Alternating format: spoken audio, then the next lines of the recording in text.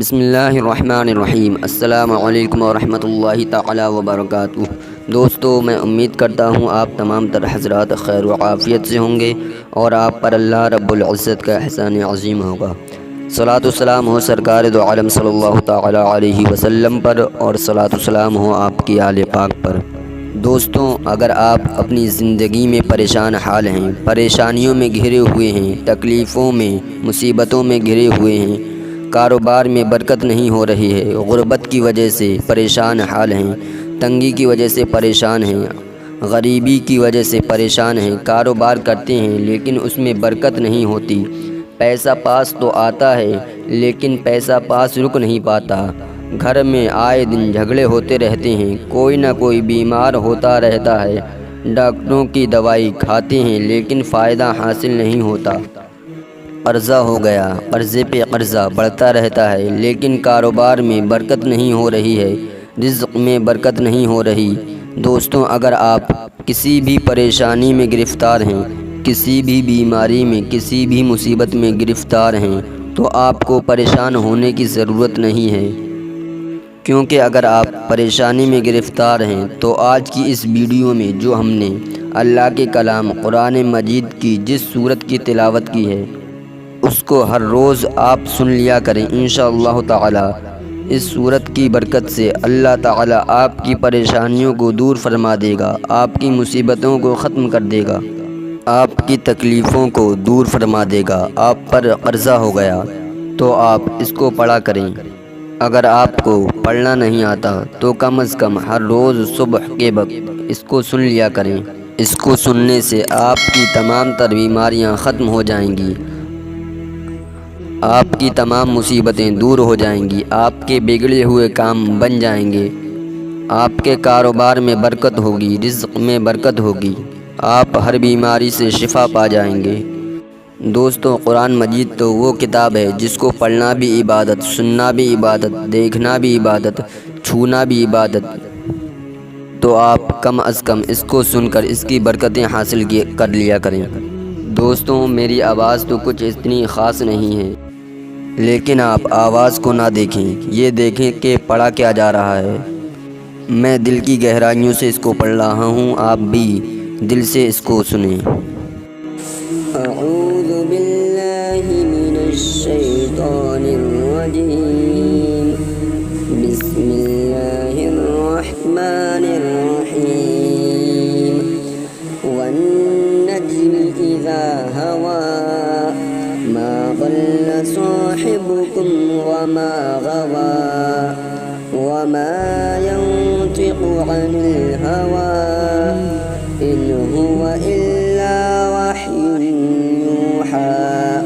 علمه شديد القوى ذو مرة فاستوى وهو بالأفق الأعلى ثم دنا فتدلى فكان قاب قوسين أو أدنى فأوحى إلى عبده ما أوحى ما كذب الفؤاد ما رأى أفتمارونه على ما يرى ولقد رآه نزلة أخرى عند سدرة المنتهى عندها جنة المأوى إذ يغشى السدرة ما يغشى ما زاغ البصر وما طغى لقد رأى من آيات ربه الكبرى أفرأيتم اللات والعزى ومناة الثالثة الأخرى ألكم الذكر وله الأنثى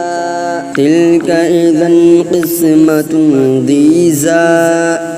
إن هي إلا أسماء سميتموها أنتم وآباؤكم وآباؤكم ما أنزل الله بها من سلطان إن يتبعون إلا الظن وما تهوى الأنفس ولقد جاءهم من ربهم الهدى أم للإنسان ما تمنى فلله الآخرة والأولى وكم من ملك في السماوات لا تغني شفاعتهم شيئا إلا من بعد أن يأذن الله لمن يشاء ويرضى إن الذين لا يؤمنون بالآخرة ليسمون الملائكة تسمية الأنثى وما لهم به من علم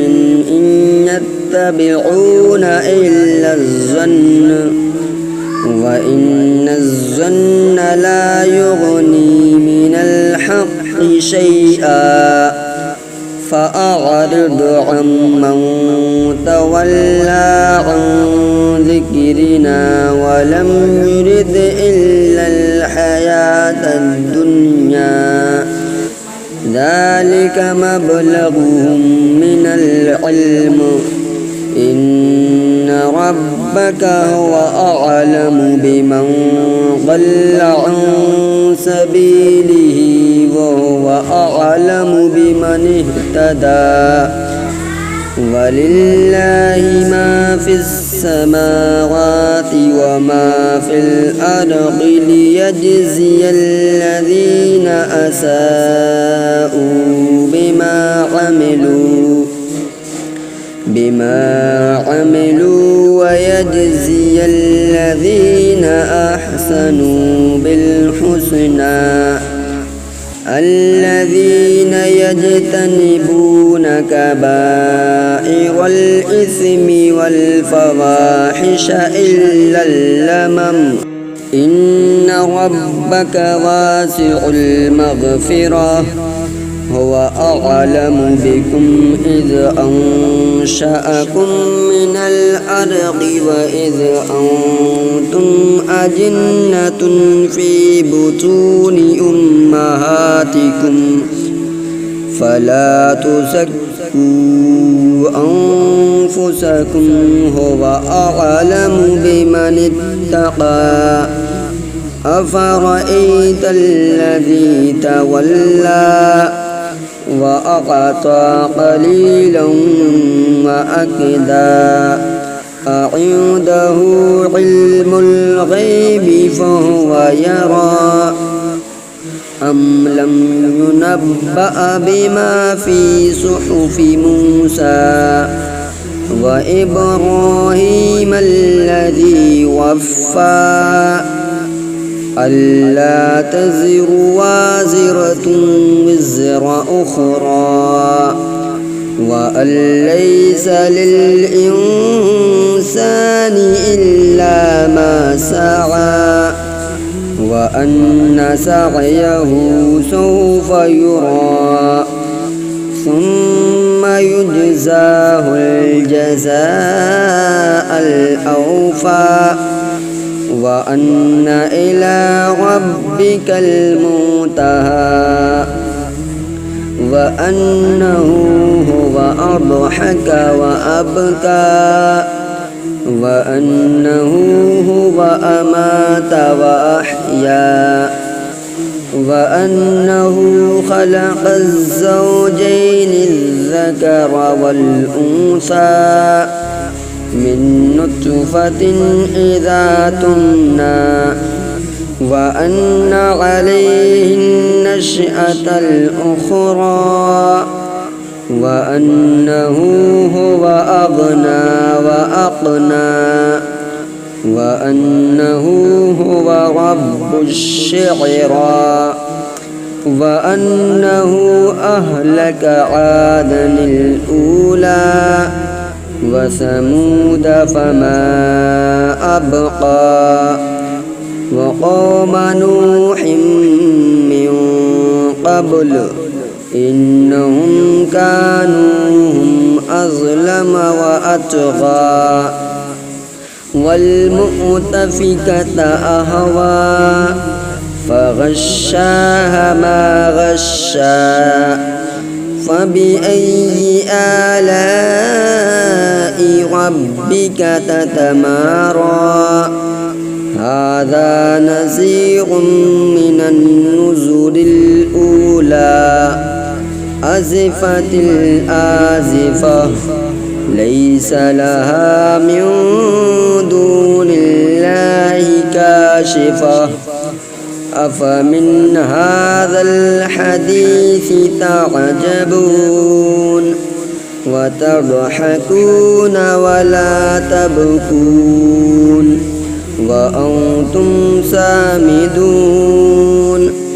فاسجدوا لله واعبدوا صدق الله العظيم.